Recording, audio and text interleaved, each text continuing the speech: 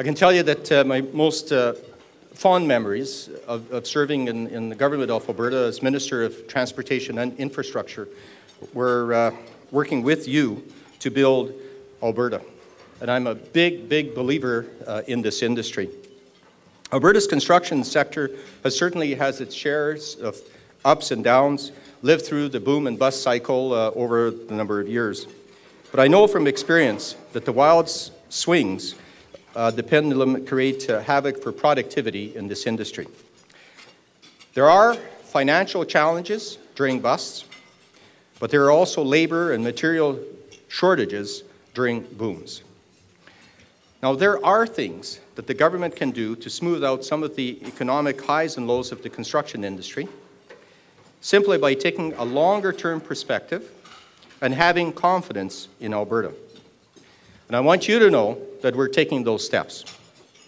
Not just because it's good for the industry, but it's good for Alberta. I've learned some lessons from the last economic downturn.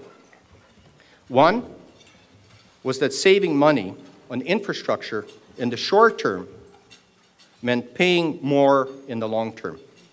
And not only did our province did not have the infrastructure needed when the recession turned to growth, but the government also found itself competing with the private sector to get everything done.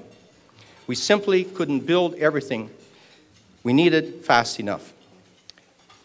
So this time around, we're doing things differently. Instead of cutting spending on infrastructure, we're investing through this downturn and building the things we know we'll need when growth returns, and we all know that growth will return. It only makes sense to buy what we need now when prices are lower, materials and labor are available. Another lesson: don't spend money you don't have. And that's where the Sustainability Fund comes in. It's cash reserves that we can use now.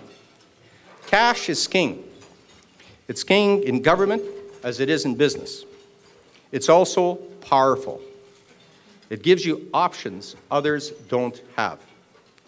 In Alberta's case, it means being able to leverage our Sustainability Fund to borrow at low rates to hedge against the risk of prolonged recession.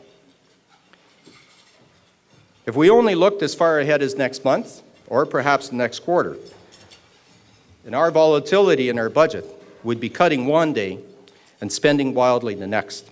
And that's not the approach our government is taking. We're looking much further ahead and planning for the long term. You don't run and hide during these tough economic times. You take advantage. You take advantage of the opportunity to boost competitiveness and build market share. And that's the approach my team has taken.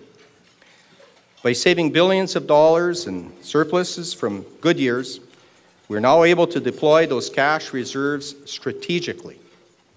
And I say strategically to position Alberta to accelerate out of the recession stronger and faster than any jurisdiction in North America.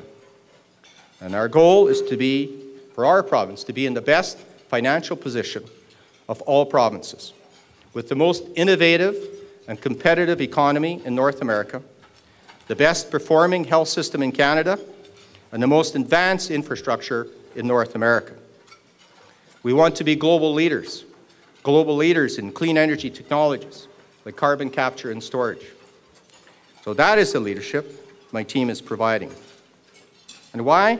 Because we have confidence in Alberta and an Albertan spirit to achieve. We are confident in Edmonton's future. So let me give you a few examples of how we're showing that confidence.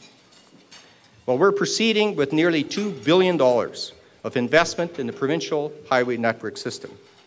That's including Edmonton and Calgary ring roads. We expect Anthony Henday Drive Northwest to open to traffic next fall. That's 2011. We're also working to replace the traffic signals with free-flow interchanges on the west leg of the freeway, and we hope to start the P3 bidding process for the final leg, and that's the northeast portion, this spring. We also have several other repaving and reconstruction projects around Edmonton, including Highway 16A, 627 around Stony Plain, 627 and 625 in Nisku, and the QA2 in Leduc. Budget 2010 is also making significant investments in support of municipal infrastructure and water and wastewater projects.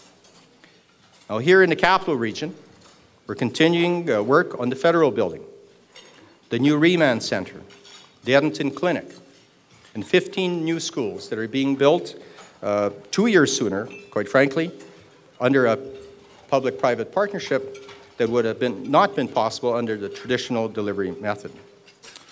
And as you have maybe read this morning, we have a new record, established a new record in the province of Alberta, 51,443 births born in 2009. That's 40% growth compared to 2000. Must be something in the water.